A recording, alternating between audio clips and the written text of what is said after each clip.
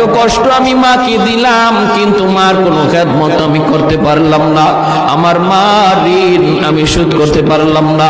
আল্লাহ, আজ যদি তুমি আমাকে জান্নাতে দিতে চাও, আমার মা বাবা ছাড়া জান্নাতে যাইব না।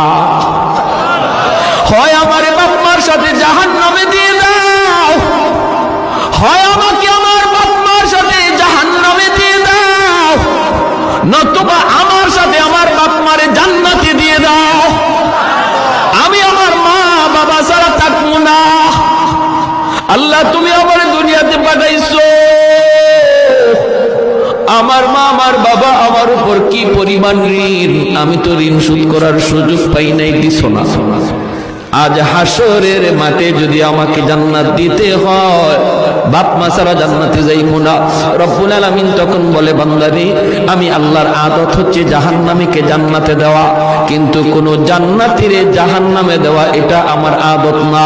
বান্দা, তুমি তো জান্নাতি, তোমাকে আমি জাহান্নামে দিতে পারি না। ঠিক আছে, নেও তোমার